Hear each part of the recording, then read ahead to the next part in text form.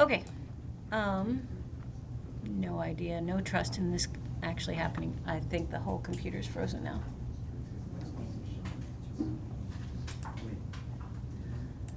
Okay, there it is. All right, you guys have a quiz tomorrow on 3.1 to 3.4.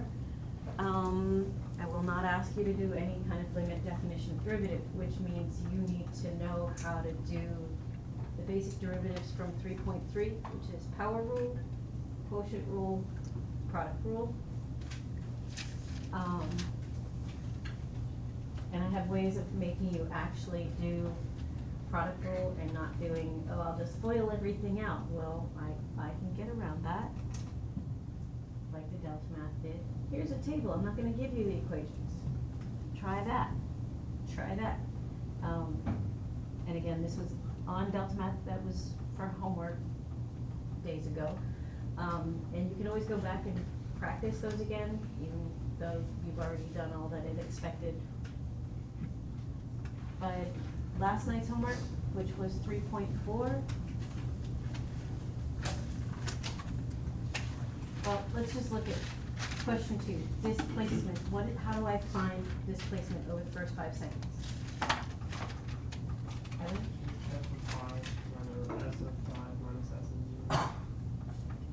Where did you stop? Where did you start? That's displacement, yes. Average velocity. How do I do average velocity? Someone not Evan.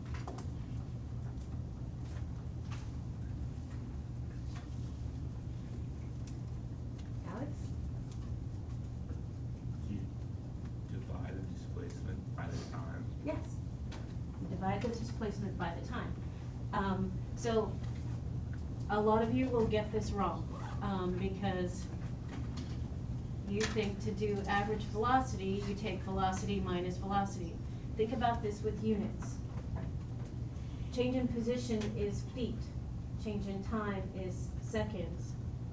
So feet per second, sounds like a speed or a velocity. Adrian, what's the difference between speed and velocity? Speed is a scalar and velocity is a vector. Speed is a scalar and velocity is a vector, big words. Speed is just the absolute value, yeah, just magnitude.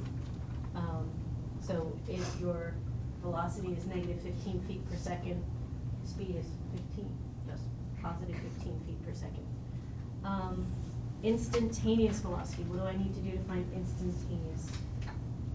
Michael? Derivative. So S prime, which is velocity. Ola, what is the derivative of that position? 2t minus 3. 2t minus 3. Perfect. So instant velocity at 4, you plug in the 4. 8 minus 3 is 5. Amelia, how do I find acceleration? You do the derivative of velocity. Derivative of velocity, so derivative of velocity is acceleration, and in this case, what is it gonna be? 2. Okay? Didn't matter that it was at 4 seconds, 18 seconds, 9,000 seconds, acceleration is just 2. How would we find when the particle's changing direction?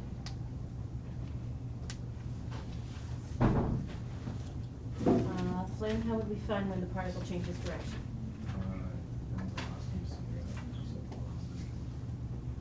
Okay. Almost. I agree with one part of that. You said velocity. When is velocity 0? It's 0 at 1.5 seconds. And I disagree that I have to change direction. Because again, pulling up to a stop sign, I stop, my velocity is 0. I'm gonna keep going forward. I do not slam my car in reverse. But to check, you need to make sure that velocity changes sign. And that change in sign for velocity means it did go from one place to another. So picking the number 0, putting 0, that's a negative. Putting in like 5,000 to Into what? Into velocity, this is why we named the number line. That's positive, so yes, I agree with you that it changed at 1.5 seconds. How would we answer this one? What is the part without a minimum? Nathaniel, how would I find that? I said that plugins, when plug in 3 halves, since that's when the velocity is 0. Okay, Amelia, can you repeat that? We should not have to use the rolling desk anymore. So, okay, looking at the answer from the last question, at 1.5 seconds, we're as far as possible in the negative velocity direction. This stuff.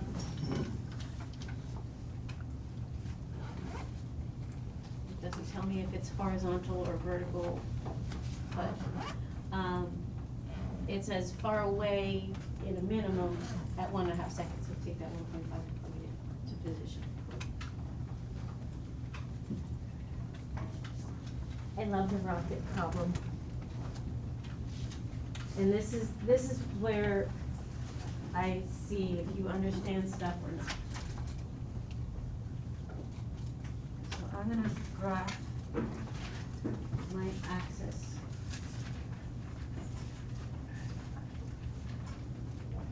Let's see, we have a model rocket that the propellant burns for a few seconds, accelerating the rocket upward. After burnout, the rocket coasts upward for a while and then begins to fall. A small explosive charge shoots out a parachute shortly after the rocket starts downward, and the parachute slows the rocket to keep it from breaking when it lands.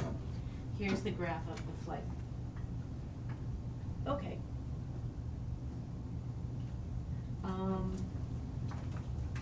When does the rocket run out of gas?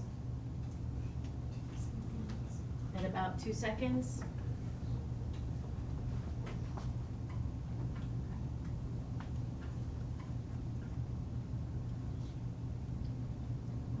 At about 2 seconds.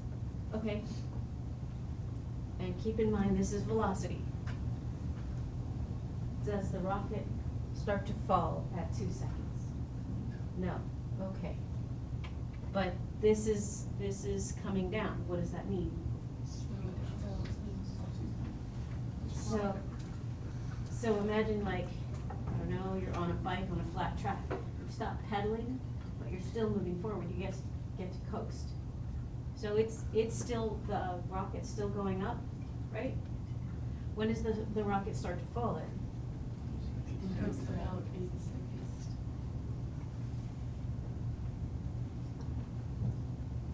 So does it reach its highest? Okay.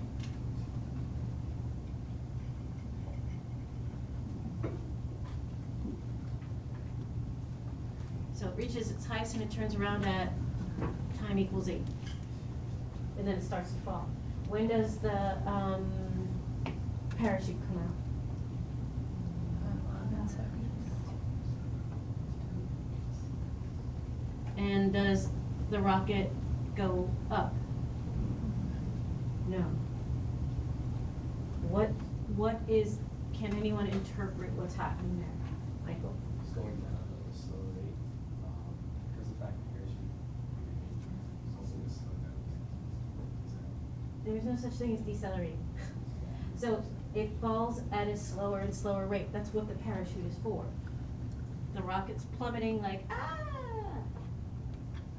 And the parachute opens and the wing resistance, the air, it's falling at 90 feet per second, 50 feet per second, 30 feet per second, 20 feet per second, but it's still falling. It's still coming down, but at a slower and slower rate.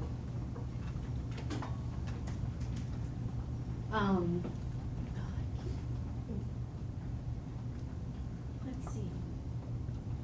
When is the rocket speeding up? 0 to 2 seconds. 0 to 2 seconds, I agree. You have a reason? That's when the velocity is increasing. Okay, the velocity's increasing. It went from 0 feet per second to 50 to 100 to 150 to about 200. Is it increasing, speeding up, I mean, anywhere else? Cameron? 8 to 10-ish 8 to 11, actually. Why? Cause I mean, it's getting farther away from zero velocity. Okay, graphically, the velocity's going away from the axis, x-axis, so it was going down 10 feet per second, 50 feet per second, 60, 70, 80 feet per second. It's speeding up. Which means this is slowing down, and this is slowing down. Does anybody have a rule from physics yet on how to tell, Michael? It's like if acceleration is positive, velocity is positive, or acceleration is negative, velocity is negative, speed.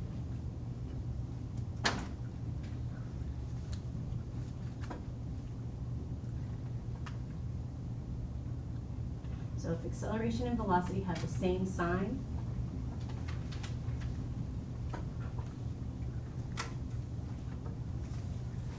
speeding up.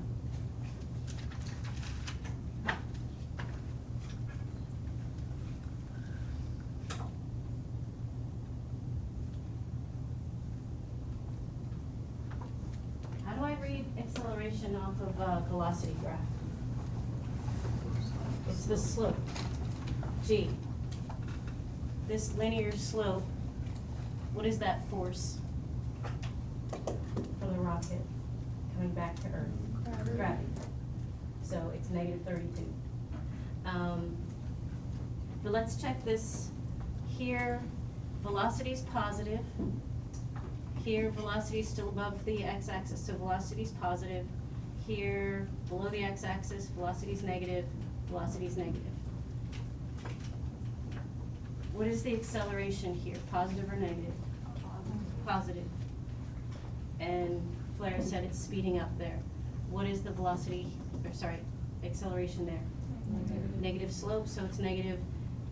Mismatched signs, the rocket is slowing down. Down here, the slope of velocity is still negative. Signs matched. It's going faster and faster and faster towards the ground. Here, the slope was positive, so the acceleration is positive, mismatched, it's slowing down. Does that work a little bit?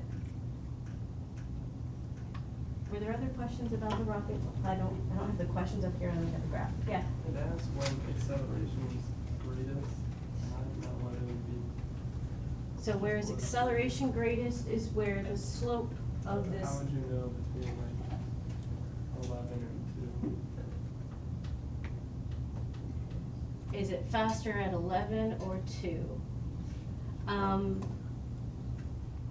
To me, it looks fastest at 2. But you're right, it's a little bit of a judgment call on how steep it looks like it is. To me, it looks steeper. Right there, it's like almost vertical, whereas this is less.